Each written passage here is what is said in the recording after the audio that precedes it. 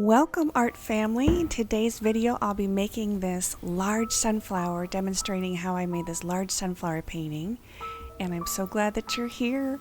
And say hi to Muffin, my little studio dog. So let's get started. I've got a super large canvas here.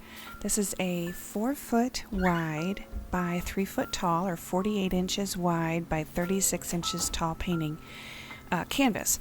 Now it's acrylic on, this is going to be acrylic on canvas. So I'm starting by toning the canvas.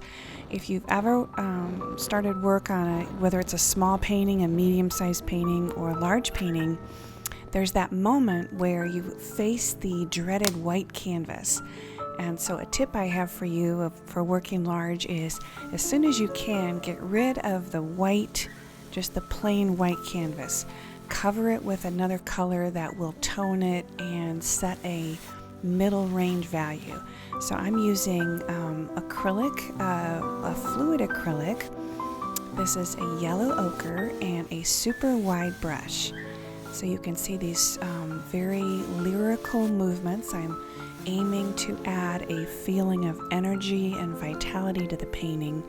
And so by doing these broad, sweeping brush movements, I want to set the feeling for the painting that it will have a sense of movement and life.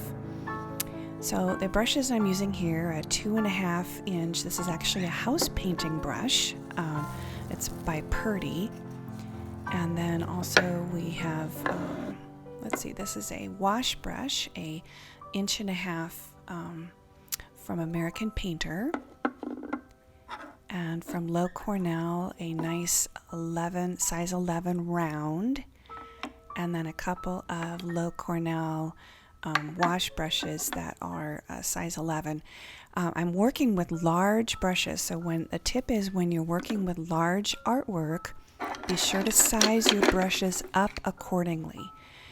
And the colors in today's painting: titanium white, Mars black, yellow ochre, phthalo blue red shade, this wonderful transparent red oxide, permanent violet dark, primary yellow, Indian yellow hue, and diarrhea yellow.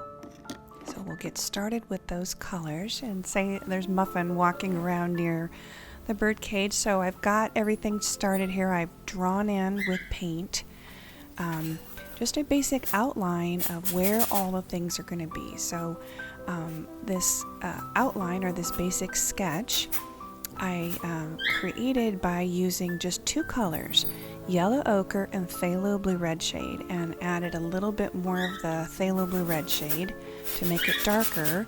And the lighter version is just the yellow ochre with the tiniest little touch of the phthalo blue red shade. So what I'm doing here, and a tip is, when you're working large, think about scaling up. So what I'm doing is I'm thinking about having having the flowers extend off the edge of the canvas. And now we can go in with the Mars black and start painting the layering on the color. So it's always nice to work in layers. And I just also want to take a moment and say that I'm so glad you're here. And if you haven't already subscribed, please subscribe to my channel, and we are all one art family. This painting I'm creating for the gallery that represents me in Santa Fe, New Mexico, Canyon Road Contemporary Art. This painting is also part of a challenge I'm doing here on YouTube, and all artists are welcome to join in on the challenge, and it's called the Yellow Flower Art Challenge. So you can work with any subject that is yellow, or that has yellow as the feature color, or you could do a flower of any color as your subject. So I'm going to do both in this. I'm going to have yellow and have it be a flower. So I'm going to do sunflowers. And getting started here now with the lightest color on the flowers in the highlight area. Going in with the primary yellow and the wash brush. So I'm using a large brush. This is the 1.5 inch wide brush, and I want to indicate with gesture, indicate where the highlight is on the flower. So on each of the petals, and you'll see that when I'm painting, I'm trying to follow the movement or the direction of the petal itself. So I want my brush strokes, if the flower has petals that radiate out, I want my brush strokes to also radiate out.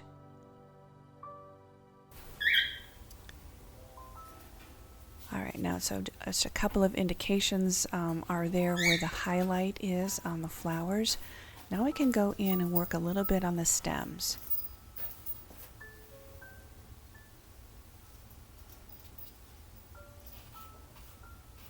So you'll notice with the stems that I am following the direction of the growth of the thing. I'm trying to get a feeling of that the stems are round. And so in order to do that, I can make my brush strokes follow around the form of the stem.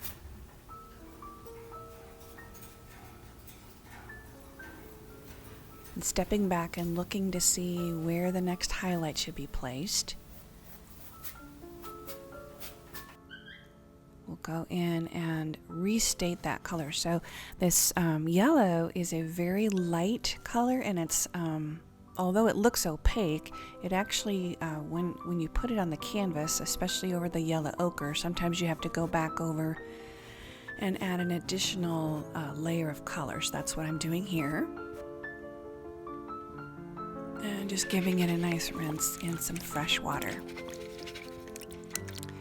In order to extend the life of your brushes, you can make sure that they stay clean all the time.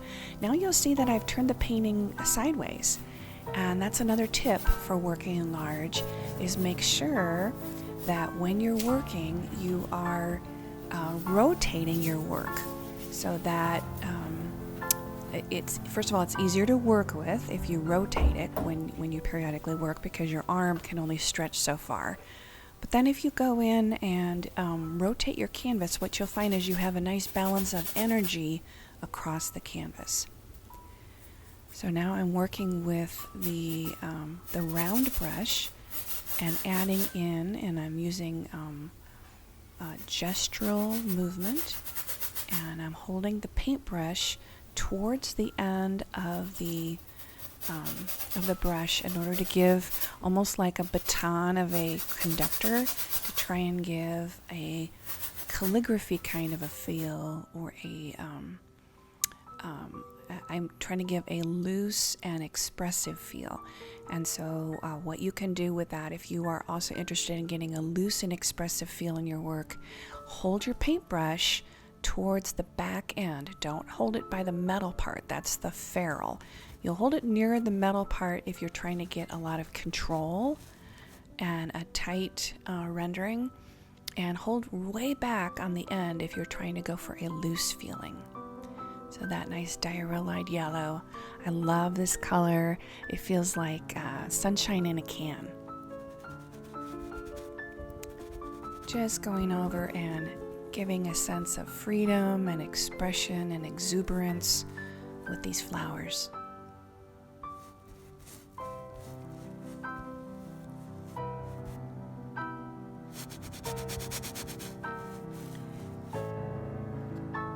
So I'm a professional artist, and I paint full time. That's my job.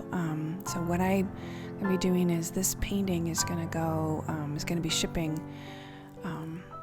I live in Iowa, and it's going to be shipping quite a way over to Santa Fe, New Mexico. So on another video, I'll be showing you how I pack all of my paintings for shipment. I ship them one at a time in these art shipping crates, and that way they can get there safely with the texture and such. This is a underpainting for the painting later will be covered completely in a thick texture, and in order so that the texture isn't crushed during shipping, I use a special shipping box.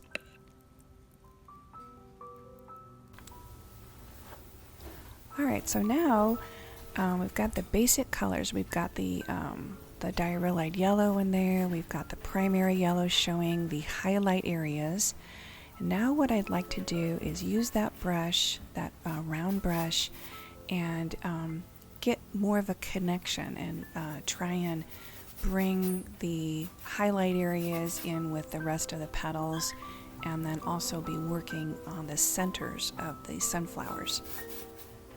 I think about my sunflowers as people in a loving relationship, and they're there in the field and they care about each other. So kind of thinking of them as anthropomorphic.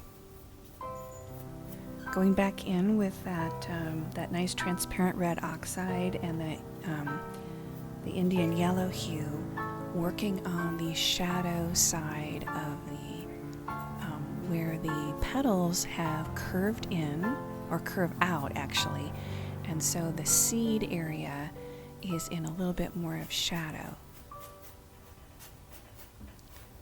Just nice and easy, and I'm working on just applying the paint and then trying to let it just kind of sit on the canvas. I don't want to overwork it.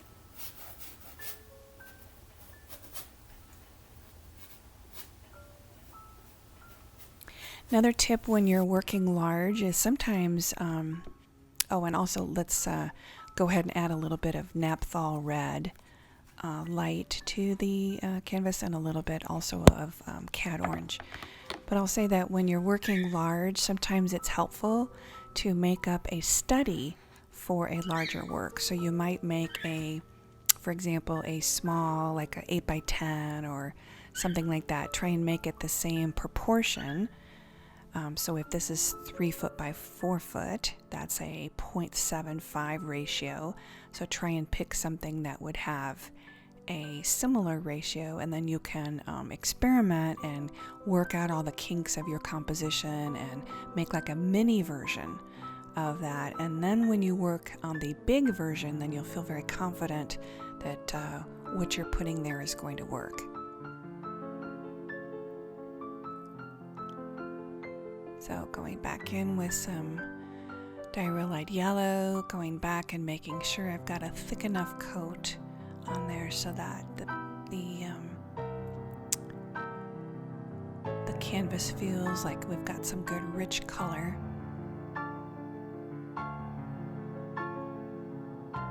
And looking around to see what area needs attention next. That's another tip is when you're working large, when you have a small painting like an 8x10 or something small like that on your easel, it's easy to see what you're working on.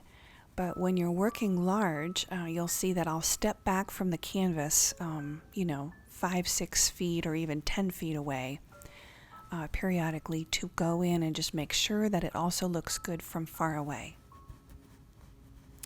Another tip can be you can photograph your work and then look at the photo and see if there's anything that needs attention.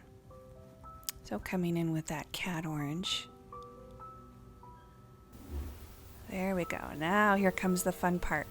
I'm going to now take my super large brush from before, that 2.5 inch brush, and come in just with my titanium white, and I'm going to make large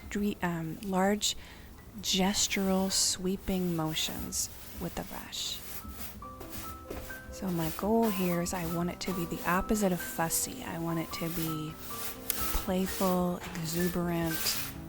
I want it to feel full of life. And so by making these gestural moves, one stroke all the way across, and have it feel like a sense of movement that will impart a sense of feeling of movement in the painting itself. And I'm also going in, you'll see that this is a very large brush, so it's a 2.5 inch brush, and I'm going in and doing as much as I can with the brush with these loose gestural feelings. If I had a small brush, I'll have to come back in with a small brush later to fill in the areas that I can't get at with the big brush. But there's a sense of ease and freedom that one gets when working with very large tools, a large brush, that kind of thing.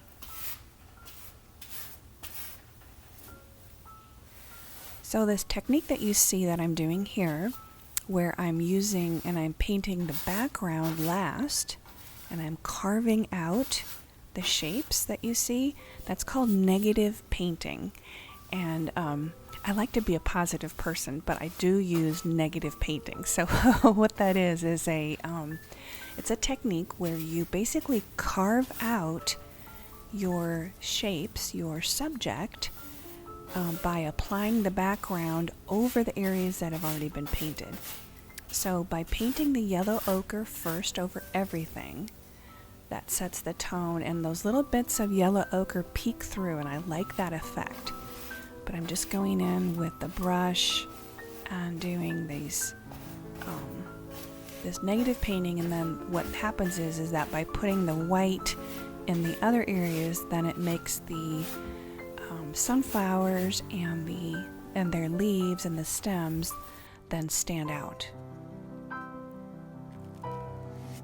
So let me just show you up close here what I'm talking about with the negative painting. So I'm just doing like one stroke, one movement, one gesture, and nice and easy.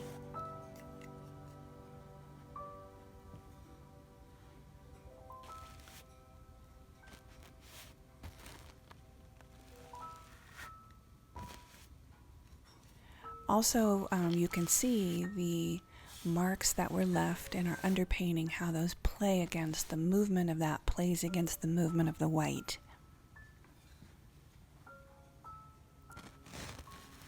Just an overall sense of excitement and movement in the painting.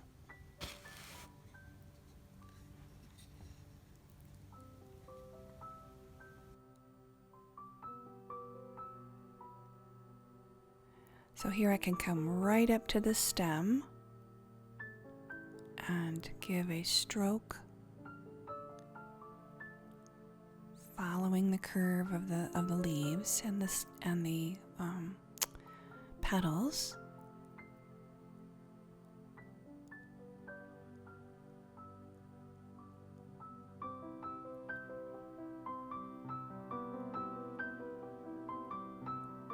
And in some areas I'm thinking too about applying more paint. In some areas I want to make it more of a dry brushing technique where we can allow parts of the yellow ochre underpainting to show through.